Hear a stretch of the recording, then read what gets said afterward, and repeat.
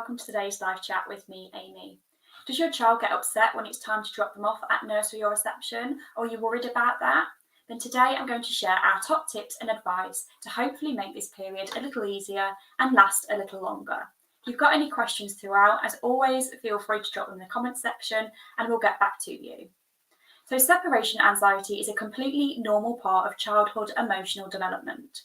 So if your child is seen to be getting upset when you drop them off at nursery or reception, or if they're having issues with eating or sleeping, or even getting really overwhelmed on the journey to nursery or reception, that is completely normal. It's easy for me to say don't feel guilty about it, but honestly, it's not your fault. If anything, it shows that your child has got a clear attachment to you, and it's just a normal stage of emotional development that most children go through. So most children will go through this stage from the ages of 6 months to 3 years, but some children will go back through this if there are any significant life events or changes that happen in your child's life. For example, if they're starting school, if you've moved house, or if they've got a new sibling. So don't be surprised if they kind of regress back into that. It's completely normal, but try to remember that this time will not last forever and they will soon go through it. Your child will have a key person in nursery and reception and in baby room and things like that as well. But of course, at the start, it will take a little while for your child to build an attachment with their key person. So your child's key person will get to know your child really well, their preferences, their dislikes, and it will take a while for them to build that bond up. But hopefully once they've developed that bond, it will be easier for your child to go to nursery and reception as well. Don't feel like you can't call your child's nursery or school to check on them if they're feeling upset. But please, if your nursery or school say that your child is fine after 5 minutes, usually that is the case. Once they've kind of switched from that home mindset to nursery mindset, they're usually okay. So it's also a good idea to have a goodbye routine as well. So this could be something like kisses and cuddles, see you later for your favourite dinner, or you could just explain something that you're going to do once you get back together. It could be simply playing with a certain toy or watching a programme, something that your child is going to look forward to, but you can look forward to as well. It's just a great way for your child to be able to visualise that you will soon be back together soon.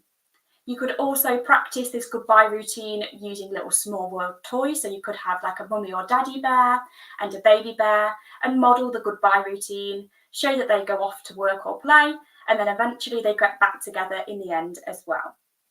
So you could also allow your child to have like a special object. So that could be like a little toy. It could be a little blanket. You could even use a piece of old fabric and cut out a handprint, and your child could take that into nursery or reception with them as well. Obviously check in with your child's school and nursery to make sure that's okay.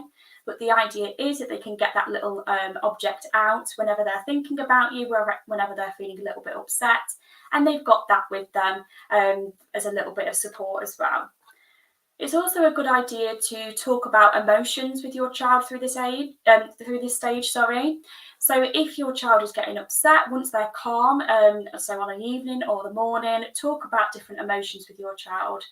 You could read some different books that discuss emotions or watch some programs, and also talk about self-regulation, so how your child can calm down as well. On the Twinkl Parents Hub, we've got a really useful breathing techniques guide, which I'm just going to show you now.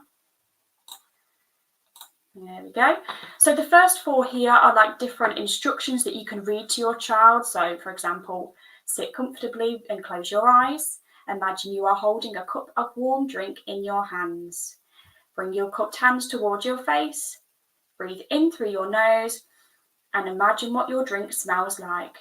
As you breathe out, imagine gently blowing the steam. It's just a great way to get your child to stop and practice some calming breathing that will hopefully help to self-regulate and calm them down. Within this resource, there's also some lovely illustrations that you, again, as an adult, can read these different things to your child, and they could move their finger along or they could move a little toy along it. It's just a great way to practice self-regulation that's not necessarily just for separation anxiety, but can be for any time that your child is feeling overwhelmed, even excited.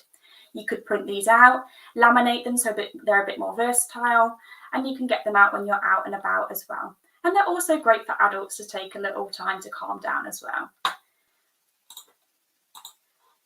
Another idea is when you are on your way to nursery or reception, you could have a little distraction through using games, or you could come up with your own story or sing some nursery rhymes, just so your child isn't just purely thinking about nursery or going to reception or school. It's just a great way for your child to kind of take their mind off it, but also have some fun as well. And you could also turn up for school or nursery kind of at drop-off time rather than a long period of time before, because that can help your child not have to wait around for ages as well. Or someone just put you draw matching hearts on your hands. I like that. It's a lovely idea. So every time they look at the heart or whatever you've drawn, they can think of you. That's really nice. It's also positive to talk about nursery or school in a positive light. So explain that it's going to be fun. If you know what they're going to be learning about that week, you could drip in some of those different things for your child to look forward to. You could explain that they're going to see their friends and the lovely staff there as well, because your child will really pick up on how you talk about nursery and reception as well. If you are concerned about separation anxiety, if it seems to be taking a while for your child to kind of break the cycle, or if it's really affecting their sleeping, they're getting nightmares, even things like panic attacks, I would definitely recommend talking to your health visitor and also speaking to your child's key person, just so that you can work in partnership and see if there's anything else that you can do to support you and your child. If you've got any questions, please feel free to drop them in the chat section and we'll get back to you.